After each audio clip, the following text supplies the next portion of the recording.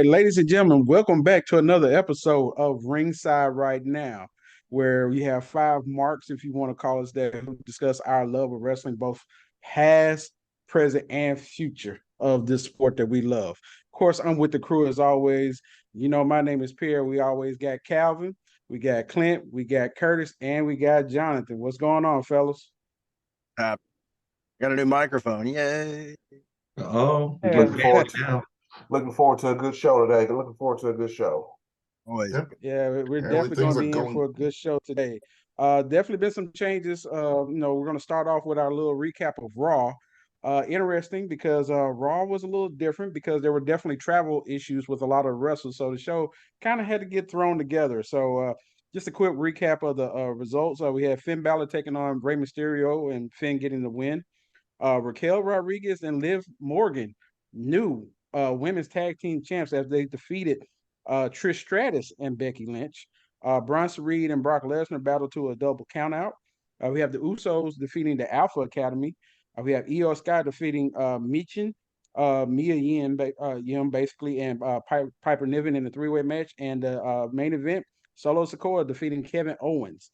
So, fellas, what do you think about the show as a whole? Even though it's kind of thrown together, but Vince still had his hands on it a little bit, maybe not as much as last time. I really couldn't tell Vince had his hands on. I mean, it seemed like a much better show. It seemed like a Triple H show to me. I enjoyed it.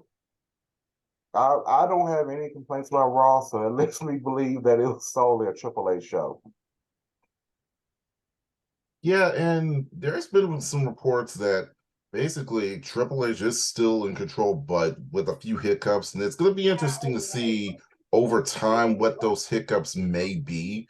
But considering you had to throw a show together because of travel issues, and there was actually one point years ago, it was because of a volcano erupting, you had to throw a show together. All things considering, they did a great job. Yeah, pretty solid show. No complaints. I'm still gonna blame Vince somehow for the travel issues, but um, overall pretty good. So you have to gather some last minute people up together. Their roster's deep enough to do that. And if you didn't tell me there were travel issues, I wouldn't really know. I just Yeah. say, oh, that was kind of weird.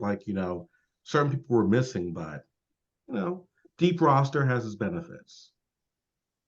I mean, if the show is good enough, you're not going to notice anyway. Like, for example, I was thinking those Usos and Alpha Academy. It was a great match, kind of random, but I mean, it was, as far as wrestling wise, it was a great match, and I think it really put the Alpha Academy over because they're going up against the Usos, who just came off this tremendous title run, and then for them to put on that kind of performance for them, it made them look good. So I like the show. Cody gave a great promo challenging Brock. Not quite sure where they're going with this Brock storyline, but I guess they're going to kind of move Cody away from the title picture and build him up before they bring that back. So, we'll see where that goes. Or that they get the title shot that next pay-per-view. They keep changing the name every Tuesday. So who knows if that's true? Oh yeah, the Clash of Night of Champions, King of the Ring, or whatever they want it to be. Maybe an embassy, whatever it is. Yeah. Oh, another thing I noticed too, Lashley and Bronson Reed actually used, I don't know if you guys saw the NWA show, but they actually used the same spot that Tyrus and Chris Adonis used, where you put him in a master lock and Tyrus just kind of falls back on him. Well, Lashley and Bronson Reed did the same thing, and I thought that was kind of funny. Can't see the fingers. It's locked! It's locked! The master lock, he's fading! The champ is fading! The champ is fading! I can't see if it's bridge. there. Shoulders down! Shoulders down! Almighty is unable to complete the hurt lock! Oh my God! It's really interesting the way they're building up Solo Sikoa as as an enforcer. And even though he did have that one loss to Cody, he hasn't slowed down. And the way he, especially on SmackDown, the way he took care of business, I'm liking it. I'm all for it. Yeah, especially we'll get to SmackDown too, but yeah, especially on SmackDown. Definitely. I mean, in the end, it still was a solid show, but the travel issues definitely made for some weird pairings, but in a sense, it still kind of moved things along, at least storyline wise, in a few of the feuds. I just thought it was interesting as far as the whole women's tag changing hands. Surprise, was it? The Yeah. And Well, Trish basically ends up turning on Becky Lynch, so that helps sets up a feud there. but what's the purpose of that? I, I was actually expecting that at WrestleMania, but now what you're doing this with Becky Lynch, I gotta wonder, like, where are we going with this and why? So wait, when is like the next event, the Blood Money event? It's Name? Blood it's- Money in the Bank. It Blood Money in the Bank. was King and Queen of the Ring where they changed it to Night of Champions. May Last 20. I saw it. Okay, so that's the only thing I can think of is they're just leading to that. Like, let's just throw big names out there and have them there. Like, Well, yeah, they do have a lot of legends at the Saudi shows. Yeah, so, like you're gonna see like Undertaker come out and like beat up Lita or something, and he's gonna have a match. Like we're gonna make that money. Don't do that again. We're going to make that money. Okay. They're gonna have the giant Royal Rumble with 100 people this time. Oh my the god! greatest Royal Rumble. The even greatest Even greater. Royal Rumble. The greatest Royal Rumble. Greater I'm Britain. still waiting for the greatest WrestleMania. I'm telling you, it's coming.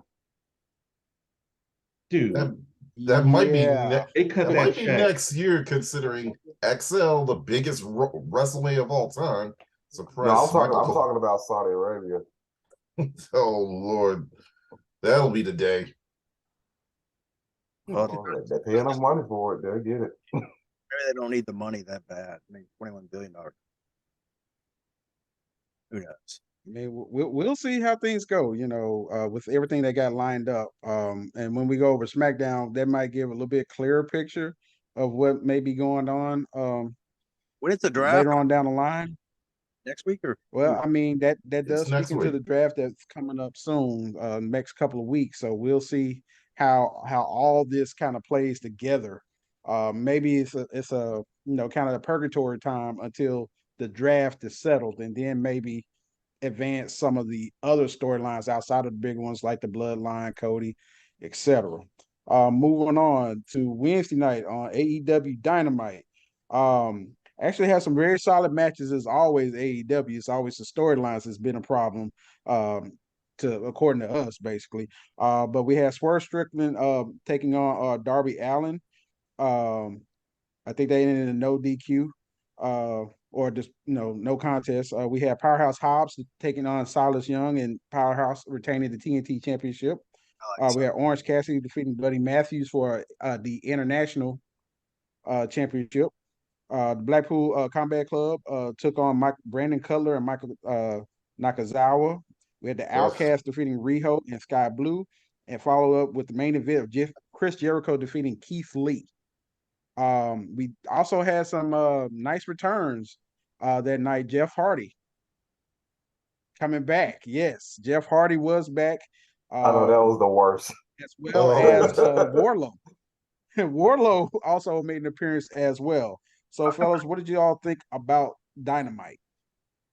I like Dynamite. My first question when the show went off there was, they don't know what the hell to do with Swerve, do they? Because first they had this mogul affiliates thing, and now it's the embassy affiliates, but no one was out there. No one from the mogul affiliates was out there with him when he wrestled. And then he's bringing back his rivalry with Keith Lee. Why is he not the Atlantic champion or something? Orange Cassidy does not need a belt. He does not need a belt to get over. Somebody like Swerve needs a belt. He doesn't need it anymore. I mean, he didn't need to begin with. I think the fans just wanted to see a belt on him, and they got it, but he doesn't need it anymore. It's like AEW, they just kind of like put stuff in a hat. And then just throws stuff at the wall and see what sticks. Oh, look. Like if the WWE constantly gets slammed on for not giving what the fans want and subverting expectations, AEW is like the complete opposite to an irritating degree. Like Orange Cassidy is a great dude, love him to death, but like you have to see him in a match to really sell tickets. If you put Keith Lee on a poster with the title around his chest, you're Incredible. gonna buy a ticket for that and see this giant dude. Like, what can he do? They dropped him to Jericho. I figured Jericho would have put him over. Well, Swerve interfered because they're building that angle, but again, why? His hair go gray, I guess, huh? Yeah, I've noticed that, but where does Adam Cole fit in? That there's somewhat of a story in there. They have some history, and let's not forget when Adam Cole got pounced into the crowd years ago. Well, they're trying to build him up with Jericho for some reason. I don't know if they really have a plan for Adam Cole either, especially since Red Dragon are gone. You know, I hate we didn't get that. You know, Red Dragon and Adam Cole and the Yeah, 'cause Elite. O'Reilly's hurt, right? And Fish is he's O'Reilly is hurt, and Fish O'Reilly- is in Impact, I think. Yep. Yeah, I'm not even. Yeah, Bobby Fish is an Impact, but he hasn't really done a whole lot. I mean, maybe he'll come back when O'Reilly comes back. I don't know. Fingers crossed. Because I would love to see them back together again. They're pushing towards this BCC and Elite rivalry, so I guess that's some storytelling. Orange Cassidy, speaking of which, had an awesome match with Buddy Matthews. Buddy Matthews. That was an awesome match. I have no. I would have loved to see Buddy win the title, but I mean, he's part of the 6-man champ, so He didn't need it at the time, but yeah, it's like everyone is an equal. Everyone's gonna on that team is going to show you a little something. But what's interesting is they haven't really, and I'm shocked at this. They haven't said much about how many registrations they've gotten for the Wembley show for All In yet. Actually, they have. I think Or at they least- last reported 50,000. Well, not on TV. Oh, not on TV. Not on no. TV because they would have been all over it. But I believe that's like anywhere from 45,000 to 50,000 registrations. Well, here's the thing: registrations don't always equal ticket sales. I mean, if someone's registering, it's because they intend on buying a ticket. But what if when ticket time comes, they go, "Oh, I don't want to pull the trigger," or what have you? Like I'm registered to get like the WrestleMania pre-sale package, but I'm probably not going to go through them and get that. I just want to know the news when the tickets go on sale. Well, But you are going to WrestleMania. Whereas if you True. weren't going to WrestleMania at all, you wouldn't register for anything. But what's WrestleMania without me there? They So will. It's still WrestleMania. It's WrestleMania without you there. Ow. oh, you can't spell WrestleMania without you. actually, you can. It's been done like a multitude of times. W. So that's me. Okay, hey. Keep it Not moving. like you can't spell Dallas Hi, Cowboys without hi. two L's. Get us back under control, Peter. Yeah. Bring us back in, brother. Yeah. Stick to wrestling, Yeah. please. And, So SmackDown. the cap off the week with SmackDown. All right. Had an interesting match between Xavier Woods and LA Knight, with Xavier Woods putting out the win. We also have Santos Escobar and Rey Mysterio with LWO basically taking on Damian Priest and taking on Judgment Day, with Damian Priest and Judgment Day getting the win. Liv Morgan and Raquel Rodriguez coming out as champs. They got challenged basically by Chelsea Green and Sonya Deville to see, about having a tag team match. And then Shinsuke Nakamura returns in a match versus Madcap Moss, and Shinsuke gets the win. Of course, we know about the epic Paul Heyman promo that he did on SmackDown, and basically also announcing that a rematch for the Undisputed World Tag Team Championships will be held between the Usos and KO and Sammy. And then in the main event, we actually had Solo Sikoa defeating Matt Riddle. Definitely, I felt this was a more hands-on Triple H type booking, in my opinion. a solid show overall. Definitely pushed more of the storylines, and they kind of did tie into Raw just a little bit, especially with the Bloodline and KO and Sammy, and now Matt Riddle being involved. So, guys, what do you think about SmackDown? My question is, what are they going to find to do with Madcap Moss? It's like ever since he broken off from Happy Corbin, it's like you put Emma there for no reason, and all she does is just bring bad luck. And strangely enough, I actually miss Pat McAfee table dancing. I actually miss this. I don't. I mean, just think when he was first put on, I'm thinking this isn't going to end well. But now I miss the guy. Yeah, he did add a little extra. But yeah, with Madcap, I mean, obviously, I can see they're going to turn him heel because I don't know. I guess it had nothing else to do with him. So hopefully he'll turn to help. Ollie, he's got no charisma. See, first and foremost, they have to go ahead and update his name. Like, yeah, please. That gimmick was a while back. So if he's gonna split, like, go ahead, give him a new name. I don't know. Is he gonna turn on Emma? And like, no, Emma is turning him here. Emma is gonna corrupt him. She's gonna get in his ear and have him turn heel. That's how that's gonna work out. Now, why are they jobbing out LA Knight on TV? First, they didn't put him on WrestleMania. Then they put him on TV just to lose. They didn't have to put him against Xavier Woods. I understand you want to put Xavier because he's going to get a chance at solo run because the rest of New Day are out. Okay, I'm all for that. But you couldn't find any other opponent so that LA Knight could get a win on TV after you left him off Mania? Do you hate LA Knight? Like, why even have him come out and give the promos? Like, it's WrestleMania, you're in LA, he's crazy over with the crowd, everybody loves him. You don't have him make even an appearance at all.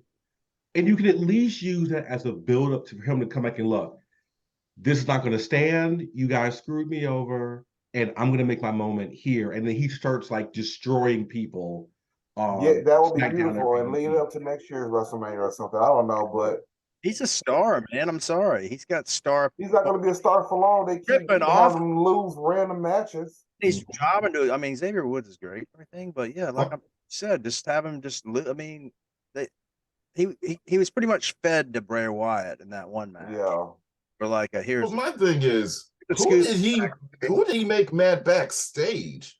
Because there is no reason for, like you guys said, there's no reason to have him lose all these random matches unless he made somebody mad backstage. Yeah, if that's the case, then you probably have something. He was a star in NXT. They put him with DiBiase. They put the $1 million belt on him. They brought it out of retirement and put that on just so he can have a belt. So they know he has potential. They know he can be a star. So like you said, who he make mad backstage? I mean, it would make sense to go ahead and at least start him something. I mean, Gunther needs something after, having a great match at Mania.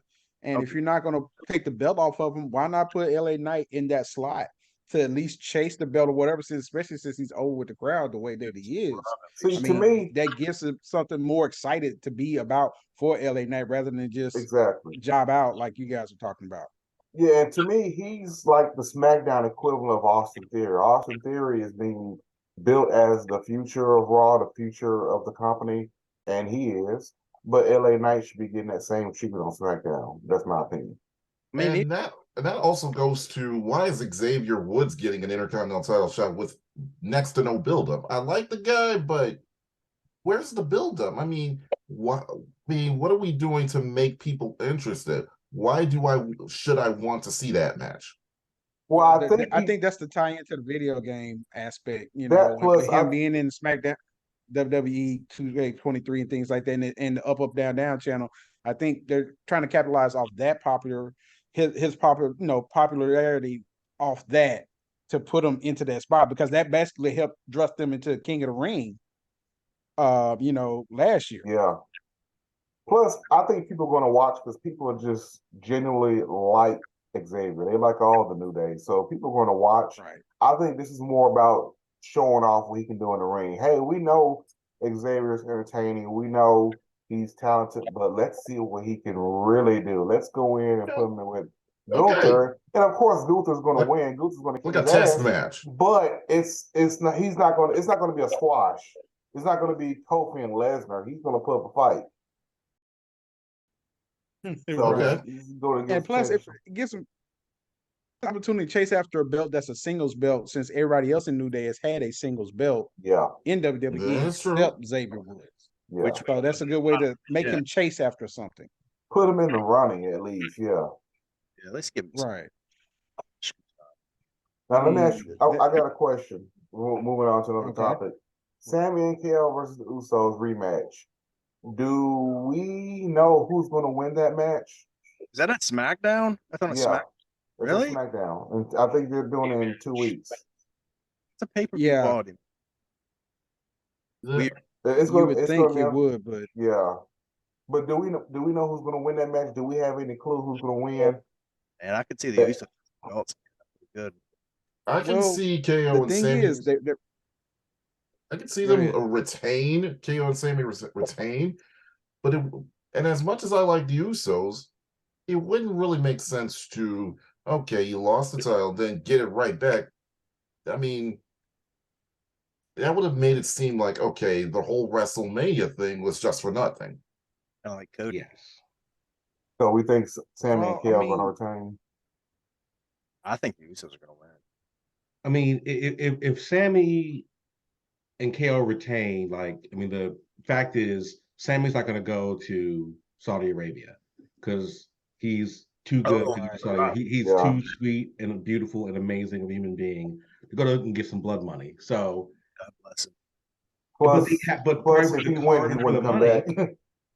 So that would be a Vince level decision for him to say, put the titles on the Usos and send the Usos so we can have all these titles in Saudi Arabia and make even more money. It would be stupid long term. It would be bad for business. It would be like, squashing the undefeated Fiend and having him getting beat to put, young up and coming superstar Goldberg over. But that is a Vince level decision. What happens? Is he Goldberg? Yeah. Why is he ever young and up and coming? They can sip and wash your mouth out from now. Oh, dear. Yeah, I see a future in that kid. Yeah. Yeah, I mean, I think he'll do some great things, Maybe. Sell a couple of t-shirts, you never know. Did you see what Bischoff said? They should put Goldberg and who was it? I think Goldberg and someone else in Wembley. Goldberg should be a manager in AEW. He should never wrestle again. Didn't he almost injure Undertaker one of the last times he wrestled? Didn't he almost paralyze the Undertaker? Dropped him on his head. Yeah. And he did. He ended Bret Hart's career. Yeah, you can't Bret's not going to let you forget that. Did you see Bret Hart's comments this week about how bad wrestling is? Oh my gosh, I don't blame him. You know what? He's got a point. The stuff with I think John Moxley's garbage. I'm just going to say it. I don't think he's a good wrestler. He almost killed Don Callis the other night in that scene that they had. He literally legitimately shooted on him, I think. I mean, Bret Hart isn't completely wrong what he said, but him making those comments did kind of give me Jim Cornette vibes, old man shaking his hand at the clouds. When we grew up in the day, like we were talking about last episode, something about Lawler when he got his head shaved at the Coliseum. That started a riot. That's not going to happen today. Yeah. When they broke Dusty's leg in the cage, and they had to get the baby faces to come out there to save the Horsemen because the people were going to kill them. That doesn't happen anymore. Kayfabe is still around a little bit with MJF and people like that, but legitimately, like you don't see heels and faces eating dinner together or riding together. Those days are over. That's social media and then internet, access to information now. Back then, outside of the magazines, that was it. Right. You may have gotten lucky seeing somebody out, in public, you catch a picture, but nobody's telling lives about their lives like they are now, especially everybody with wrestlers having Instagram, Twitter, all kinds of social media, and everybody else. That information is so accessible now. Yeah. Those lines are blurred. It's No, funny. it's not that black cut and dry like it used to be. So you're not going to catch the passion that I would say the more passionate fans were actually in the past because of the fact they believe everything. It's real, damn it. I mean, it was real. It's It was real. real, yeah. It's real to me. It's still real. I don't care what We I need It to actually bring back. Exactly. We need to bring back the ECW hotline. Oh, yes. Like that's what's going to bring it all back together.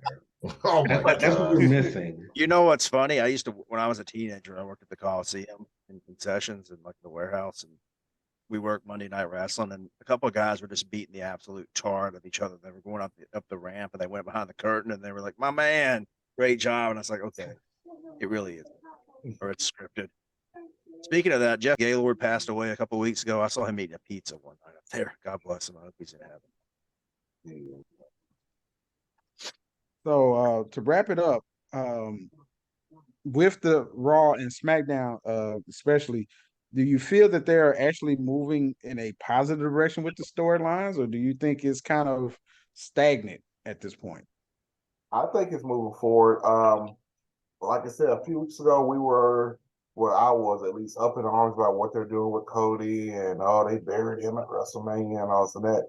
Even though he's fighting Brock, I've got a little more faith in WWE, and if they keep this up, they're going to build my faith back up in them. But I mean, the shows were much better this week. SmackDown was good both weeks since Mania, and this week's Raw, well, last week's Raw rather, was a lot better than the week before. So I think they're moving in the right direction.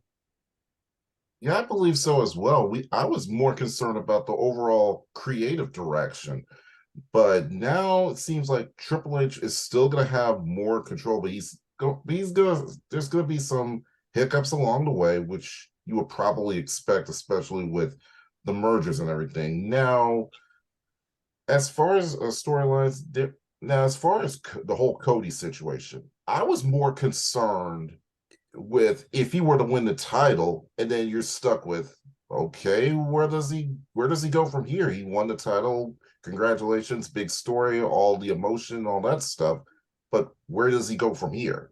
That's actually a worse situation than what we ended up having, and having Cody not even win the belt at WrestleMania. Yeah, I think it's probably better that he didn't win the belt because now you have some build up. I think we're going to see what they do with the Brock situation. If they can really build up this man over mountain climb to the top, story angle, which I would absolutely love to see, and Cody could kill that. My entire faith, though, in how WWE proceeds forward is how they handle LA Knight. Yeah. I will, to my dying day, if you mess up this star, I was here when they were in DC and the crowd was screaming for this man. If you mess that up, what are you doing with your life? Period. And that's not even his hometown. That was DC. That was just a random city. And they're screaming LA Knight. A random Yeah. city. Well, I mean, it's not his Significant hometown. city. It's no Memphis. Well, yeah. I admit I mean, that. you expect them to cheer for Lawler in Memphis. You expect them to cheer for Lawler in Florida,